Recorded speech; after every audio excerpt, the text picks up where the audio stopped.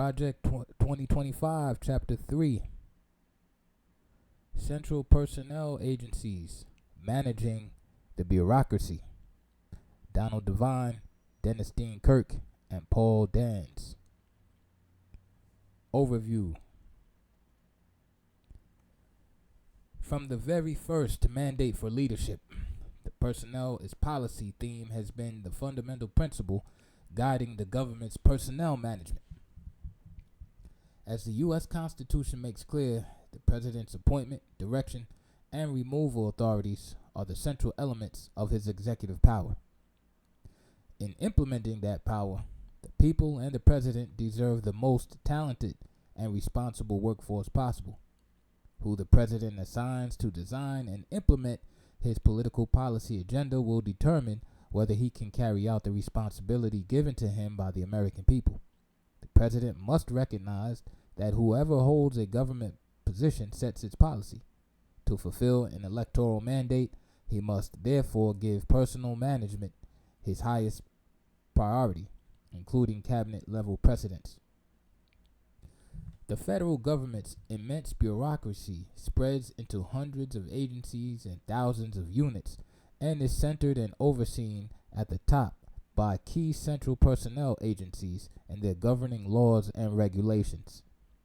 The major separate personnel agencies in the national government today are the Office of Personnel Management, OPM, the Merit Systems Protection Board, MSPB, the Federal Labor Relations Authority, FLRA, and the Office of Special Counsel, OSC. Title V of the U.S. Code charges the OPM with executing, administering, and enforcing the rules, regulations, and laws governing the civil service. It grants the OPM direct responsibility for activities like retirement, pay, health, training, federal unionization, suitability, and classification functions not specifically granted to other agencies by statute. The agency's director is charged with aiding the President, as the President may request, in preparing such civil service rules as the President prescribes, and otherwise advising the President on actions that may be taken to promote an efficient civil service and a systematic application of the merit system principles, including recommending policies relating to the selection, promotion, transfer, performance, pay, conditions of service, tenure, and separation of employees. The MSPB is the lead adjudicator for hearing and resolving cases and controversies for 2.2 million federal employees. It is required to conduct fair and neutral case adjudications, regulatory reviews, and actions and studies to improve the workforce. Its court-like adjudications investigate and hear appeals from agency actions such as furloughs, suspensions, demotions, and terminations, and are appealable to the U.S. Court of Appeals. The FLRA hears appeals of agency personnel cases involving federal labor grievance procedures to provide judicial review with binding decisions appealable to appeals courts. It interprets the rights and duties of agencies and employee labor organizations on management rights, OPM interpretations, recognition of labor organizations, and unfair labor practices under the general principle of bargaining in good faith and compelling need. The OSC serves as the investigator, mediator, publisher, and prosecutor before the MSPB with respect to agency and employees regarding prohibited personnel practices, Hatch Act, politicization, Uniform Services Employment and Reemployment Rights Act issues, and whistleblower complaints. The Equal Employment Opportunity Commission, EEOC,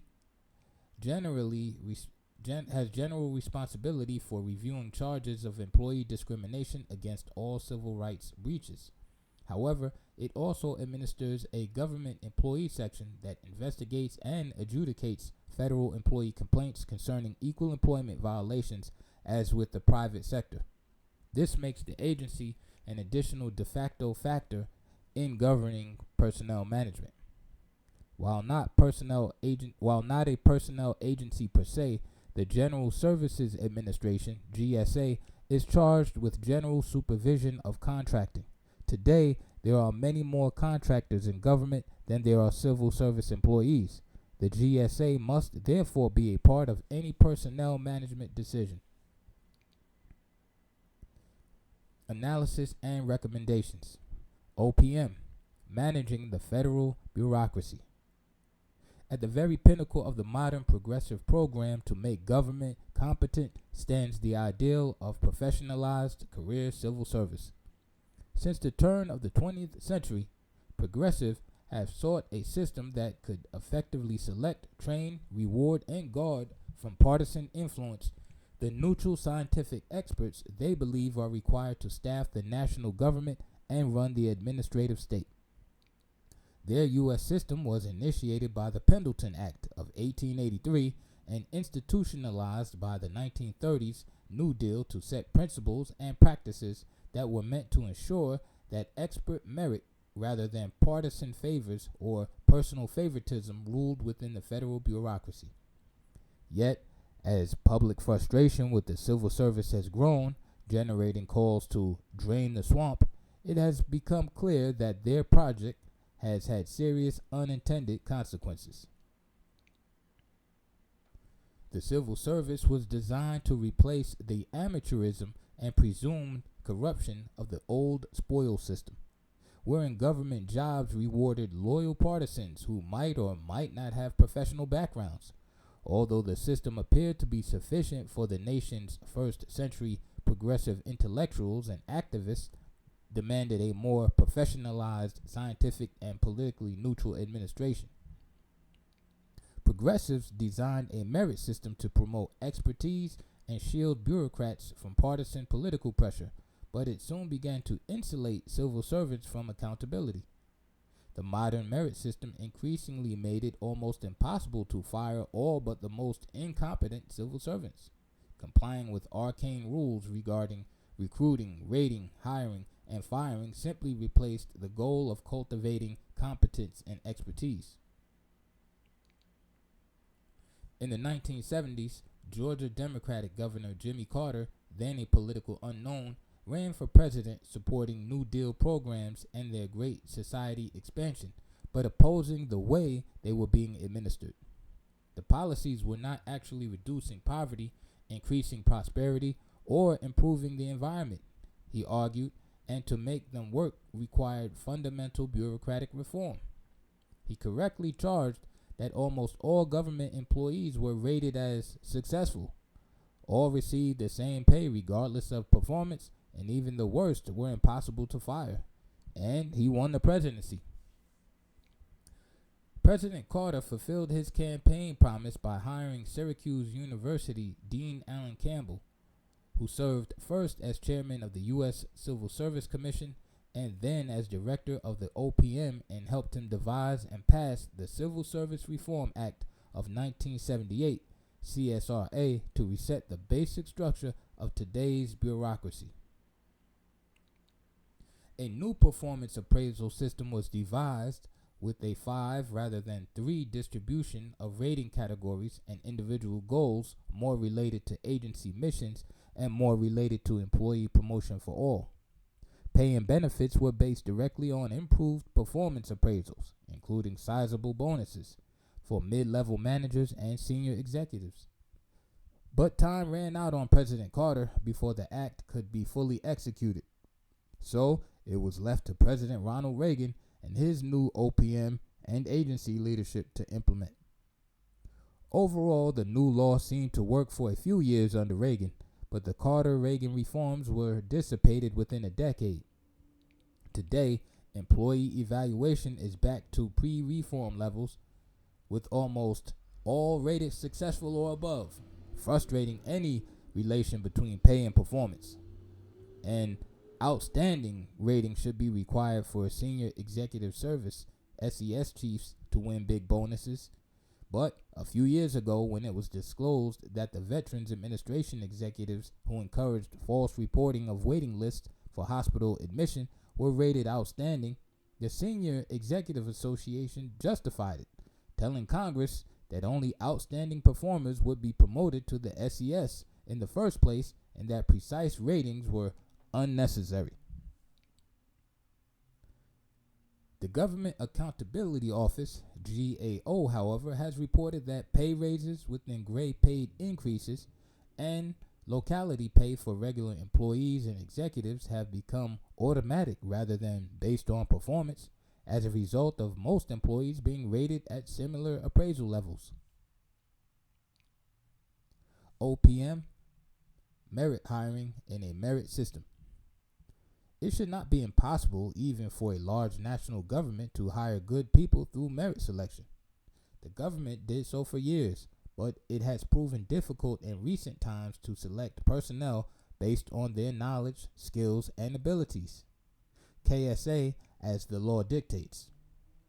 Yet for the past 34 years, the U.S. Civil Service has been unable to distinguish consistently between strong and unqualified applicants for employment.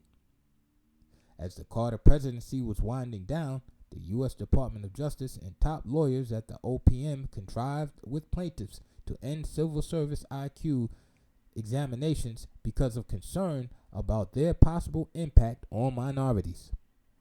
The OPM had used the Professional and Administrative Career Examination, PACE, General Intelligence Exam to select college graduates for top agency employment, but Carter administration officials, probably without the president's informed concurrence, abolished the PACE through a legal consent court decree capitulating to demands by civil rights petitioners who contended that it was discriminatory. The judicial decree was to last only 5 years but still controls federal hiring and is applied to all KSA tests even today. General ability tests like the PACE have been used successfully to assess the usefulness and cost effectiveness of broad intellectual qualities across many separate occupations. Courts have ruled that even without evidence of overt, intentional discrimination, such results might suggest discrimination. This doctrine of disparate impact could be ended legislatively or at least narrowed through the regulatory process by a future administration. In any event, the federal government has been denied the use of a rigorous entry examination for 3 decades, relying instead on self-evaluations that have forced managers to resort to subterfuge, such as pre-selecting friends or associates that they believe are competent to obtain qualified employees. In 2015, President Barack Obama's OPM began to introduce an improved merit examination called USA Hire, which it had been testing quietly since 2012 in a few agencies for a dozen job descriptions. The test had multiple choice questions with only one correct answer. Some questions even required essay replies, questions that would change regularly to depress cheating. President Donald Trump's OPM planned to implement such changes but was delayed because of legal concerns over possible disparate impact. Courts have agreed to review the consent decree if the Uniform Guidelines on Employee Selection Procedures setting the technical requirements for sound exams are reformed. A government that is unable to select employees based on KSA-like test qualifications cannot work, and the OPM must move forward on this very basic personnel management obligation. The centrality of performance appraisal. In the meantime, the OPM must manage the workforce it has. Before they can reward or discipline federal employees, managers must first identify who their top performers are and who is performing less than adequately. In fact, as Ludwig von Mises proved in his classic Bureaucracy, unlike the profit and loss evaluation tool used in the private sector, government performance measurement depends totally on a functioning appraisal system. If they cannot be identified in the first place within a functioning appraisal system, it is impossible to reward good performance or correct poor performance. The problem is that the collegial atmosphere of a bureaucracy in a multifaceted appraisal system that is open to appeals makes this a very challenging ideal to implement successfully. The GAO reported more recently that overly high and widely spread performance ratings were again plaguing the government, with more than 99% of employees rated fully successful or above by their managers, a mere 0.3% rated as minimally successful, and 0.1% actually rated unacceptable. Why? It is human nature that no one appreciates being told that he or she is less than outstanding in every way. Informing subordinates in a closely knit bureaucracy that they are not performing well is difficult. Rating compatriots is even considered rude and unprofessional. Moreover, managers can be and often are accused of racial and sexual discrimination for a poor rating, and this discourages honesty. In 2018, President Trump issued Executive Order 13839, requiring agencies to reduce the time for employees to improve performance before corrective action could be taken, to initiate disciplinary actions against poorly performing employees more expeditiously, to reiterate that agencies are obligated to make employees improve, to reduce the time for employees to respond to allegations of poor performance, to mandate that agencies remind supervisors of expiring employee probationary periods, to prohibit agencies from entering into settlement agreements that modify an employee's personnel record, and to reevaluate procedures for agencies to discipline supervisors who retaliate against whistleblowers. Unfortunately, the order was overturned by the Biden administration, so it will need to be reintroduced in 2025. The fact remains that meaningfully evaluating employees' performance is a critical part of a manager's job. In the Reagan appraisal process, managers were evaluated on how they themselves rated their subordinates. This is critical to responsibility and improved management. It is essential that political executives build policy goals directly into employee appraisals, both for mission success and for employees to know what is expected. Indistinguishable from their co-workers on paper, hard-working federal employees often go unrewarded for their efforts and are often the system's greatest critics. Federal workers who are performing inadequately get neither the benefit of an honest appraisal nor clear guidance on how to improve. Political executives should take an active role in supervising performance appraisals of career staff, not unduly delegate this responsibility to senior career managers, and be willing to reward and support good performers. Merit pay. Performance appraisal means little to daily operations if it is not tied directly to real consequences for success as well as failure. According to a survey of major U.S. private companies, which, unlike the federal government, also have a profit and loss evaluation, 90% use a system of merit pay for performance based on some type of appraisal system. Despite early efforts to institute merit pay throughout the federal government, however, compensation is still based primarily on seniority rather than merit.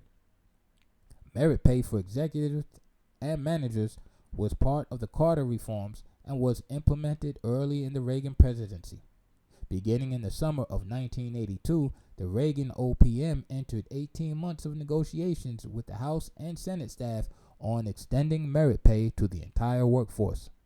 Long and detailed talks between the OPM and both Democrats and Republicans in Congress ensued, and a final agreement was reached in 1983 that supposedly ensured the passage of legislation creating a new performance management and recognition system, PMRS, for all, not just management, GS 13 through GS 15 employees. Meanwhile, the OPM issued regulations to expand the role of performance related to pay throughout the entire workforce, but congressional allies of the employee unions, led by Representative Steny Hoyer, Democrat, of government employee-rich Maryland, stoutly resisted this extension of pay for performance and, with strong union support, used the congressional appropriations process to block OPM administrative pay reforms. Bonuses for SES career employees survived, but performance appraisals became so high and widely distributed that there was little relationship between performance and remuneration. Ever since the original merit pay system for federal managers, GM 13 through GM 15 grade levels, just below the SES, was allowed to expire in September 1993, little to nothing has been done either to reinstate the federal merit pay system, pay program for managers, or to distribute performance rating evaluations for the SES, much less to extend the program to the remainder of the workforce. A reform-friendly president and Congress might just provide the opportunity to create a more comprehensive performance plan in the meantime. However, political executives should use existing pay and especially fiscal award strategy to reward good performance to the degree allowed by the law. Making the appeals process work. The non-military government dismissal rate is well below 1%, and no private sector industry employee enjoys the job security that a federal employee enjoys. Both safety and justice demand that managers learn to act strategically to hire good and fire poor performers legally. The initial paperwork required to separate poor or abusive performers when they are infrequently identified is not overwhelming, and managers might be motivated to act if it were not for the appeals and enforcement process. Formally, appeals in the private sector is mostly a rather simple two-step process, but government unions and associations have been able to convince politicians to support a multiple and extensive appeals and enforcement process. As noted, there are multiple administrative appeals bodies. The FLRA, OSC, and EEOC have relatively narrow jurisdictions. Claims that an employee's removal or disciplinary actions violate the terms of a collective bargaining agreement between an agency and a union are handled by the FLRA. Employees who claim their removal was a result of discrimination can appeal to the EEOC, and employees who believe their firing was retribution for being a whistleblower can go to the OSC. While the MSPB specializes in abuses of direct merit system issues, it can and does hear and review almost any of the matters heard by the other agencies. Cases involving race, gender, religion, age, pregnancy, disability, or national origin can be appealed to the EEOC or the MSPB, and in some cases to both, and to the OSC. This gives employees multiple opportunities to prove their cases, and while the EEOC, MSPB, FLRA, and OSC may all apply essentially the same burden of proof, the odds of success may be substantially different in each forum. In fact, forum shopping among them for a friendlier venue is a common practice, but frequent flyers face no consequences for frivolous complaints. As a result, meritorious cases are frequently delayed, denying relief and justice to truly aggrieved individuals. The MSPB can and does handle all such matters, but it faces a backlog of an estimated 3,000 cases of people who were potentially wrongfully terminated or disciplined as far back as 2013. From 2017 to 2022, the MSPB lacked the quorum required to decide appeals. On the other hand, as of January 2023, the EEOC had a backlog of 42,000 cases. While federal employees win appeals relatively infrequently, MSPB administrative judges have upheld agency decisions as much as 80% of the time. The real problem is the time and paperwork involved in the elaborate process that managers must undergo during appeals. This keeps even the best managers from bringing cases in all but the most egregious cases of poor performance or misconduct. As a result, the MSPB, EEOC, FLRA, and OSC likely see very few cases compared to the number of occurrences, and non-performers continue to be paid and often are placed in non-work positions.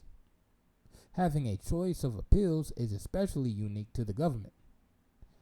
If lower priority issues were addressed in-house, serious adverse actions would be less subject to delay. With the proper limitation of labor union actions, the FLRA should have limited reason for appeals. The EEOC's federal employee section should be transferred to the MSPB, and many of the OCS's investigatory functions should be returned to the OPM. The MSPB could then become the main reviewer of adverse actions, greatly simplifying the burdensome appeal process.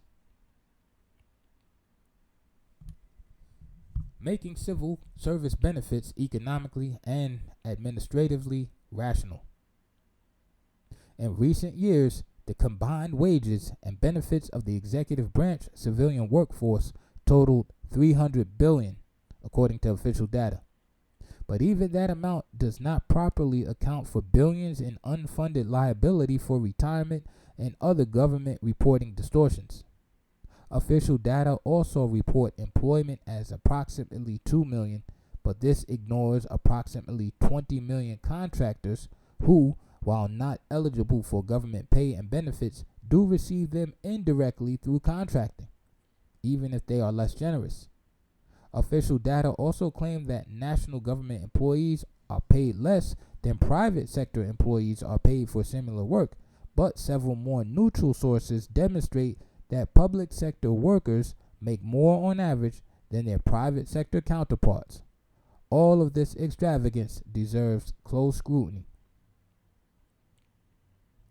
Market-based pay and benefits. According to current law, federal workers are to be paid wages comparable to equivalent private sector workers rather than compared to all private sector employees. While the official studies claim that federal employees are underpaid relative to the private sector by 20% or more, a 2016 Heritage Foundation study found that federal employees received wages that were 22% higher than wages for similar private sector workers if the value of employee benefits was included. The total compensation premium for federal employees over their private sector equivalents increased to between 30% and 40%. The American Enterprise Institute found a 14% pay premium and a 61% total compensation premium. Base salary is only one component of a federal employee's total compensation. In addition to high starting wages, federal employees normally receive an annual cost of living adjustment available to all employees, and generous scheduled raises known as step increases. Moreover, a large proportion of federal employees are stationed in the Washington, D.C. area and other large cities and are entitled to steep locality pay enhancement to account for the high cost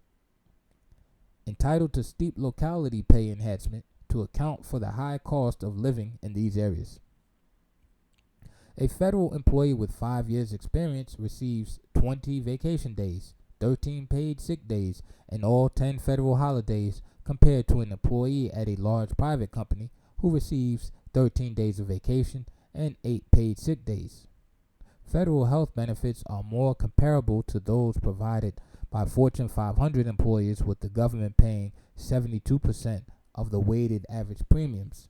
But this is much higher than for most private plans. Almost half of the private firms do not offer any employer contributions at all. The obvious solution to these discrepancies is to move closer to a market model for federal pay and benefits. One need is for a neutral agency to oversee pay hiring decisions, especially for high-demand occupations. The OPM is independent of agency operations, so it can assess requirements more neutrally. For many years, with its special pay rates program, the OPM evaluated claims that federal rates in an area were too low to attract competent employees and allowed agencies to offer higher pay when needed rather than increased rates for all. Ideally, the OPM should establish an initial pay schedule for every occupation and region, monitor turnover rates and applicant to position ratios, and adjust pay and recruitment on that basis. Most of this requires legislation, but the OPM should be an advocate for a true equality of benefits between the public and private sectors. Reforming federal retirement benefits. Career civil servants enjoy retirement benefits that are nearly unheard of in the private sector. Federal employees retire earlier, normally at age 55 after 30 years, enjoy richer pension annuities, and received automatic cost of living adjustments based on the areas in which they retire. Defined benefit federal pensions are fully indexed for inflation, a practice that is extremely rare in the private sector. A federal employee with a pre-retirement income of $25,000 under the older of the two federal retirement plans will receive at least $200,000 more over a 20-year period than will private sector workers with the same pre-retirement salary under historic inflation levels. During the early Reagan years, the OPM reformed many specific provisions of the federal pension program to save billions administratively. Under OPM pressure, Reagan and Congress ultimately ended the old Civil Service Retirement System, CSRS, entirely for new employees, which, counting disbursements for the unfunded liability, accounted for 51.3% of the federal government's total payroll. The retirement system that replaced it, the Federal Employees Retirement System, FERS, reduced the cost of federal employee retirement disbursements to 28.5% of payroll, including contributions to Social Security and the employer match to the Thrift Savings Plan. More of the pension cost was shifted to the employee, but the new system was much more equitable for the 40% who received few or no benefits under the old system. By 1999, more than half of the federal workforce was covered by the new system, and the government's per capita share of the cost, as the employer, was less than half the cost of the old system. 20.2% of FERS payroll versus 44.3% of CSR payroll, representing one of the largest examples of government savings anywhere. Although the government pension system has been more like private pension systems, it still remains more generous, and other means might be considered in the future to move it even closer to private plans. GSA, Landlord and Contractor Management. The General Services Administration is best known as the federal government's landlord, designing, constructing, managing, and preserving government buildings and leasing, and managing outside commercial real estate, contracting with 376.9 million square feet of space. Obviously, as its prime function, real estate expertise is key to the GSA's success. However, the GSA is also the government's purchasing agent, connecting federal purchasers with commercial products and services in the private sector and their personnel management functions. With contractors performing so many functions today, the GSA therefore becomes a de facto part of government-wide personnel management. The GSA also manages the Presidential Transition Act, PTA process, which also directly involves the OPM. A recent proposal would have incorporated the OPM and GSA and OMB. Fortunately, this did not take place in that form, but it would make sense for GSA and OPM leadership and staff to hold regular meetings to work through matters of common interest, such as moderating PTA, personnel restrictions, and the relationships between contract and civil service employees. Reductions in force. Reducing the number of federal employees seems an obvious way to reduce the overall expense of the civil service, and many prior administrations have attempted to do just this. Presidents Bill Clinton and Barack Obama began their terms, as did Ronald Reagan and Donald Trump, by mandating a freeze on the hiring of new federal employees. But these efforts did not lead to permanent and substantive reductions in the number of non-defense federal employees. First, it is a challenge even to know which workers to cut. As mentioned, there are 2 million federal employees, but since budgets have exploded, so has the total number of personnel, with nearly 10 times more federal contractors than federal employees. Contractors are less expensive because they are not entitled to high government pensions or benefits and easier to fire and discipline. In addition, millions of state government employees work under federal grants, in effect administering federal programs. These cannot be cut directly. Cutting federal employment can be helpful and can provide a simple story to average citizens, but cutting functions, levels, funds, and grants is much more important than setting simple employment size. Simply reducing numbers can actually increase cost. OMB instructions following President Trump's employment freeze told agencies to consider buyout programs, encouraging early retirements in order to shift cost from current budgets in agencies to the retirement system and minimize the number of personnel fired. The Environmental Protection Agency immediately implemented such a program, and OMB urged the passage of legislation to increase payout maximums from $25,000 to $40,000 to further increase spending under the cuts. President Clinton's OMB had introduced a similar buyout that cost the Treasury $2.8 billion, mostly for those who were going to retire anyway. Moreover, when a new employee is hired to fill a job recently vacated in a buyout, the government, for a time, is paying 2 people to fill 1 job.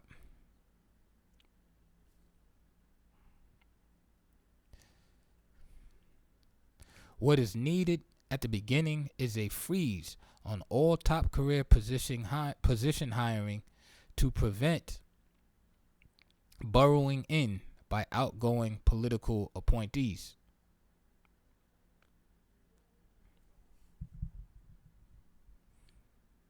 Moreover, 4 factors determine the order in which employees are protected during layoffs: tenure, veterans preference, seniority, and performance in that order of importance.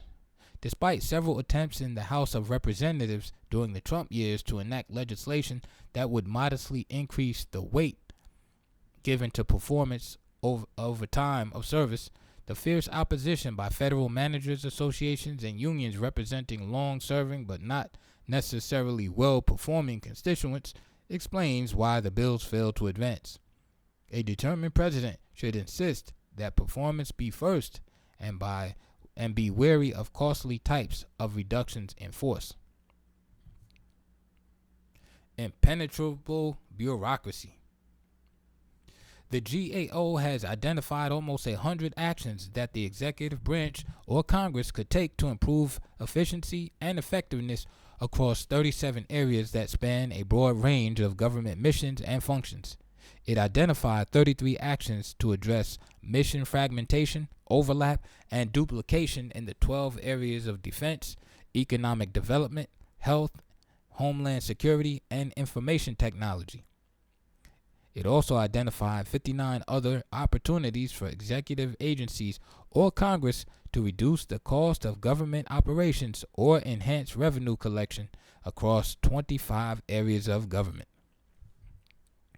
A logical place to begin would be to identify and eliminate functions of programs that are duplicated across cabinet departments or spread across multiple agencies. Congress hoped to help this effort by passing the Government Performance and Results Act of 1993.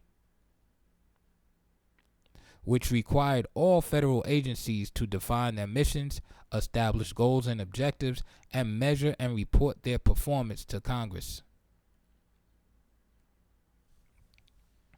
3 decades of endless time-consuming reports later, the government continues to grow, but with more paper and little change either in performance or in number of levels between government and the people. The Brookings Institution's Paul Light emphasizes the importance of the increasing number of levels between the top heads of departments and the people at the bottom who receive the products of government decision-making. He estimates that there are perhaps 50 or more levels of impenetrable bureaucracy and no way other than imperfect performance appraisals to communicate between them. The Trump administration proposed some possible consolidations, but these were not received favorably in Congress, whose approval is necessary for most such proposals.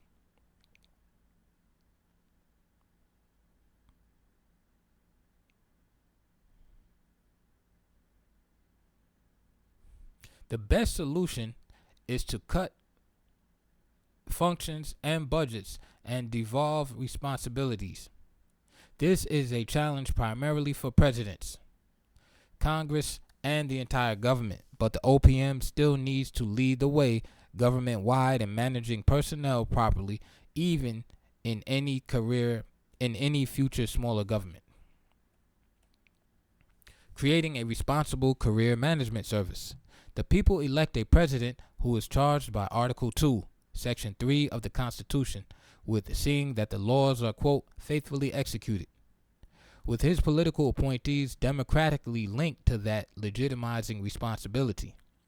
An autonomous bureaucracy has neither independent constitutional status nor separate moral legitimacy. Therefore, career civil servants by themselves should not lead major policy changes and reforms. The creation of the Senior Executive Service was the top career change introduced by the 1978 Carter-Campbell Civil Service Reform Act. Its aim was to professionalize the career service and make it more responsible to the democratically elected commander-in-chief and his political appointees while respecting the rights due to career employees, very much including those in their top positions. The new SES would allow management to be more flexible in filling and reassigning executive positions and locations beyond narrow specialties for more efficient mission accomplishment and would provide pay and large bonuses to motivate career performance. The desire to infiltrate political appointees improperly into the high career civil service has been widespread in every administration, whether Democrat or Republican. Democratic administrations, however, are typically more successful because they require the cooperation of careerists, who generally lean heavily to the left. Such burrowing in requires career job descriptions for new positions that closely mirror the functions of a political appointee, a special hiring authority that allows the bypassing of veterans' preference as well as other preference categories, and the ability to frustrate career candidates from taking the desired position. President Reagan's OPM began by limiting such SES burrowing in, arguing that the proper course was to create and fill political positions. This simultaneously promotes the CSRA principle of political leadership of the bureaucracy and respects the professional autonomy of the career service. But this requires that career SES employees should respect political rights too. Actions such as career staff reserving excessive numbers of key policy positions as, quote, career reserved, to deny them to non-career SES employees frustrate CSRA intent. Another evasion is the general domination by career staff on SES personnel evaluation boards, the opposite of non-career executives dominating these critical meeting discussions as expected in the SES. Career training also often underplays the political role in leadership and inculcates career-first policy and value viewpoints. Frustrated with these activities by top career executives, the Trump administration issued Executive Order 13957 to make career professionals in positions that are not normally subject to change as a result of a presidential transition, but who discharge significant duties and exercise significant discretion in formulating and implementing executive branch policy and programs, an exception to the competitive hiring rules and examinations for career positions under a new Schedule F. It ordered the director of OPM and agency heads to set procedures to prepare lists of such confidential, policy determining, policy making, or policy advocating positions, and prepare procedures to create exceptions from civil service rules when careerists hold such positions, from which they can relocate back to the regular civil service after such service. This order was subsequently reserved by President Biden at the demand of the civil service associations and unions. It should be reinstated, but SES responsibility should come first. Managing personnel in a union environment. Historically, unions were thought to be incompatible with government management. There is a natural limit to the bargaining power of private sector unions, but the financial bottom line of public sector unions is not similarly constrained. If private sector unions push too hard a bargain, they can so harm a company or so reduce efficiency that their employer is forced to go out of business and eliminate union jobs altogether. There is no such limit in government, which cannot go out of business, so demands can be excessive without negatively affecting employee and union bottom lines. Even Democratic President Franklin Roosevelt considered union representation in the federal government to be incompatible with democracy. Striking and even threats of bargaining and delay were considered acts against the people and thus improper. It was not until President John Kennedy that union representation in the federal government was recognized, and then merely by executive order. Labor bargaining was not set in statute until the Carter administration was forced by Congress to do so in order to pass the CSRA, although all bargaining was placed under OPM review. The CSRA was able to maintain strong management rights for the OPM and agencies and forbade collective bargaining on pay and benefits as well as management prerogatives. Over time, OPM, FLRA, and agencies, personnel offices, and courts, especially in Democratic administrations, narrowed management rights so that labor bargaining expanded as management rights contracted. But the management rights are still in statute, have been enforced by some administrations, and should be enforced again by any future OPM and agency managements, which should not be intimidated by union power. Rather than being daunted, President Trump issued 3 executive orders. Executive Order 13836, encouraging agencies to renegotiate all union collective bargaining agreements to ensure consistency with the law and respect for management rights. Executive Order 13837, encouraging agencies to prevent union representatives from using official time preparing or pursuing grievances or from engaging in other union activity on government time, and Executive Order 13839, encouraging agencies both to limit labor grievances on removals from service or on challenging performance appraisals and to prioritize performance over seniority when deciding who should be retained following reductions in force. All were revoked by the Biden administration and should be reinstated by the next administration to include the immediate appointment of the FLRA General Counsel and reactivation of the impasses panel. Congress should also consider whether public sector unions are appropriate in the first place. The bipartisan consensus up until the middle of the 20th century, held that these unions were not compatible with constitutional government. After more than half a century of experience with public sector union frustrations of good government management, it is hard to avoid reaching the same conclusion. Fully staffing the ranks of political appointees. The president must rely legally on his top department and agency officials to run the government, and on top White House staff employees to coordinate operations through regular cabinet and other meetings and communications. Without this political leadership, the career civil service becomes empowered to lead the executive branch without democratic legitimacy.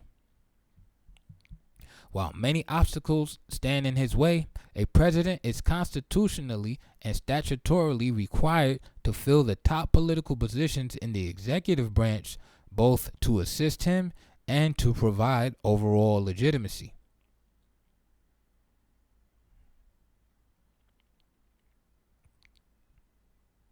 Most presidents have had some difficulty obtaining congressional approval of their appointees, but this has worsened recently.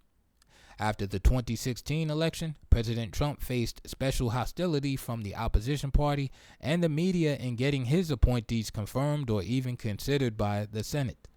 His early Office of Presidential Personnel, PPO, did not generally remove political appointees from the previous administration, but instead relied mostly on prior political appointments and career civil servants to run the government. Such a reliance on holdovers and bureaucrats led to a lack of agency control and the absolute refusal of the acting Attorney General from the Obama administration to obey a direct order from the president. Under the early PPO, the Trump administration appointed fewer political appointees in its first few months in office than had been appointed in any recent presidency, partly because of historically high partisan congressional obstructions, but also because several officials announced that they preferred fewer political appointees in the agencies as a way to cut federal spending. Whatever the reasoning, this had the effect of permanently hampering the rollout of the new president's agenda. Thus, in those critical early years, much of the government relied on senior careerists and holdover Obama appointees to carry out the sensitive responsibilities that would otherwise belong to the new president's appointees. Fortunately, the later PPO, OPM, and Senate leadership began to cooperate to build a strong team to implement the president's personnel appointment agenda. Any new administration would be wise to learn that it will need a full cadre of sound political appointees from the beginning if it expects to direct this enormous federal bureaucracy. A close relationship between the PPO at the White House and the OPM, coordinating with agency assistant secretaries of administration and PPO's chosen White House liaisons and their staff at each agency, is essential to the management of this large, multi-level, resistant, and bureaucratic challenge. If, quote, personnel as policy is to be our general guide, it would make sense to give the president direct supervision of the bureaucracy with the OPM director available in his cabinet. A reformed bureaucracy. Today, the federal government's bureaucracy cannot even meet its own civil service ideals. The merit criteria of ability, knowledge, and skills are no longer the basis for recruitment, selection, or advancement. While pay and benefits for comparable work are substantially above those in the private sector, retention is not based primarily on performance, and for the most part, inadequate performance is not appraised, corrected, or punished. The authors have made many suggestions here that, if implemented, could bring the bureaucracy more under control and enable it to work more efficiently and responsibly, which is especially required for the half of civilian government that administers its undeniable responsibilities for defense and foreign affairs. While a better administrated central bureaucracy is crucial for both those and domestic responsibilities, the problem of properly running the government goes beyond simple bureaucratic administration. The specific deficiencies of the federal bureaucracy, size, levels of organization, inefficiency, expense, and lack of responsiveness to political leadership are rooted in the progressive ideology that unelected experts can and should be trusted to promote the general welfare in just about every area of social life. The Constitution, however, reserved a few enumerated powers to the federal government while leaving the great majority of domestic activities to state, local, and private governance. As James Madison explained, quote, "The powers reserved to the several states will extend to all the objects which, in the ordinary course of affairs, concern the lives, liberties, and properties of the people, and the internal order, improvement, and prosperity of the state." Modern progressive politics has simply given the national government more to do than the complex separation of powers Constitution allows. That progressive system has broken down in our time, and the only real solution is for the national government to do less, to decentralize and privatize as much as possible, and then ensure that the remaining bureaucracy is managed effectively along the lines of the enduring principles set out in detail here. End of chapter 3.